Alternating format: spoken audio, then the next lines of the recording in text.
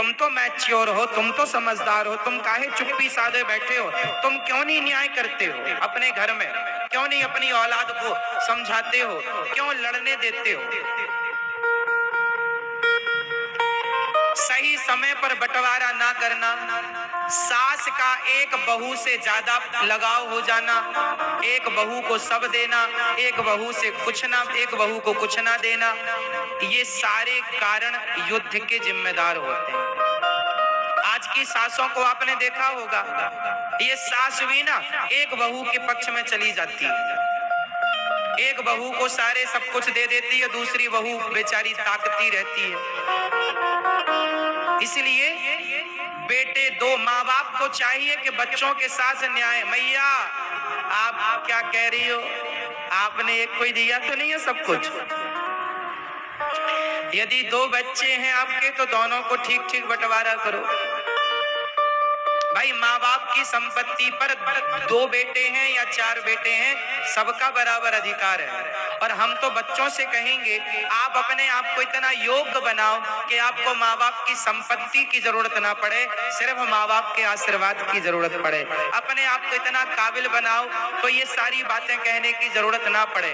पर कुछ बातें इसलिए कही जाती हैं क्योंकि सबको थोड़ा थोड़ा ये तो लगता ही है कि भाई कि जो बहू सेवा करेगी माँ उसी को सब देगी।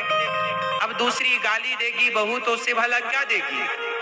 ये बात सही है, एक तरफ ये भी सही है कि बहू यदि सेवा नहीं करती तो सास कैसे देगी। अब ये किसके घर की क्या बातें हैं वो तो आप समझो, लेकिन जो न्याय उचित बात है वो हम आपको कह रहे हैं कि यदि बेटा बहू को सही संस्कार माँ बाप देते रहें और जरा सी लड़ाई पर यदि पति पत्नी का झगड़ा हो और यदि सास ससुर दोनों का पक्ष लेकर यदि समझा दें, भाई भाई का झगड़ा हो तो सास ससुर मतलब माता पिता दोनों को बिठाकर समझा दें, गले लगवा दें।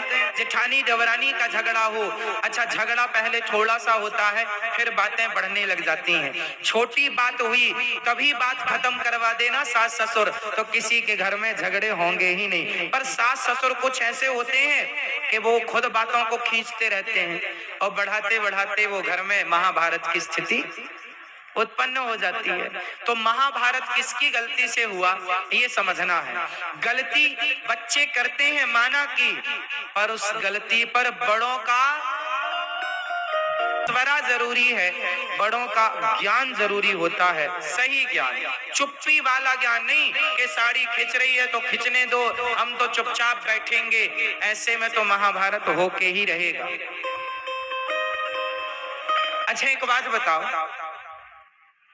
धृतराष्ट्र ने बंटवारा किया, दुर्योधन को दिया था हस्तिनापुर और पांडवों को दिया था इंद्रप्रस्थ। ये दिल्ली किसकी बसाई है?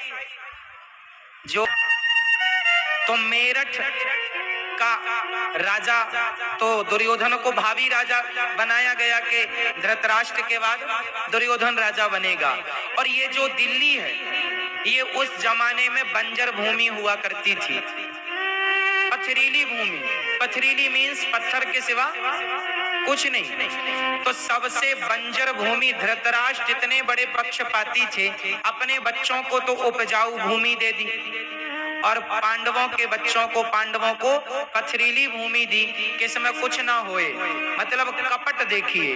और जब आप किसी का हक छीनते हैं, जब आप किसी का अधिकार छीनते हैं तो भगवान तो आप तो युद्ध का धृतराष्ट्र का।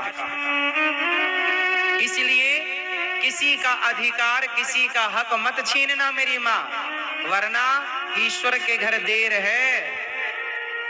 हाँ क्या है मेरी माँ?